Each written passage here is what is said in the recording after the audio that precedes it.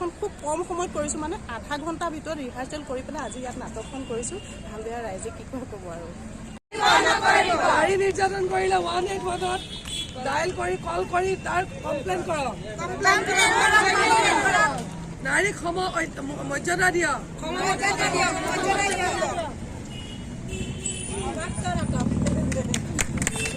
দেখা গৈছে আপোনালোকে আজি ইয়াত এখন নাটক মঞ্চস্থ কৰিছে, কিয়? হয়, আমি লিংগ বৈষম্য দূৰ কৰাৰ কাৰণে যি 16দিনীয়া আমাৰ মইনাবাৰী উন্নয়ন খণ্ডৰ পৰা আমাৰ যি কাৰ্যসূচী আছিল, তাৰে আজি আঁত ধৰি আমাৰ এটা কাৰ্যসূচী আকাশী গংগা মণ্ডল CLFৰ পৰা কৰা হৈছে। তাত আমাৰ ICDSৰ পৰা আৰম্ভ কৰি বিভিন্ন পৰ্যায়ৰ আমাৰ সখী সকলো আছে। আমি নাৰী পুৰুষৰ যিটো লিংগ বৈষম্য, ইয়াৰ ওপৰত আজি আমি এটা ৰেলী আৰু এখন বাটৰ নাট কৰিছোঁ।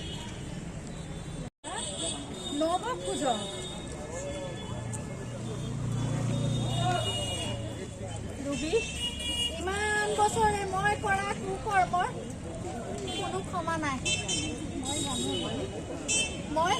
মই নিজেই অনুভৱ কৰোঁ।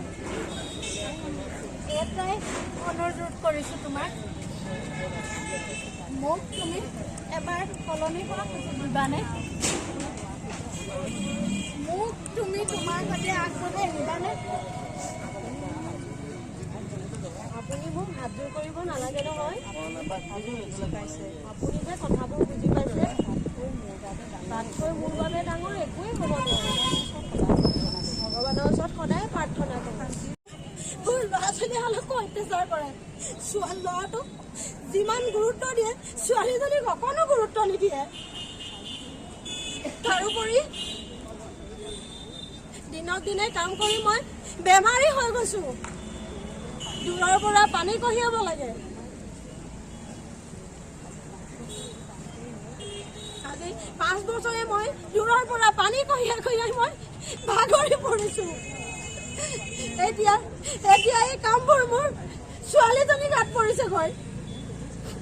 মই নিবিচাৰোঁ মোৰ যি গতি হ'ল মোৰ ছোৱালীজনীও সেই একে গতি হোৱাটো।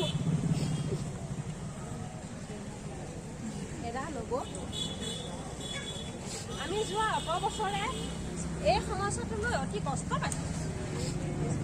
আপুনি এইবিলাক চিন্তা নকৰিব আৰু। আমাৰ সংগঠনে এই বিষয়ে ভাবিছে।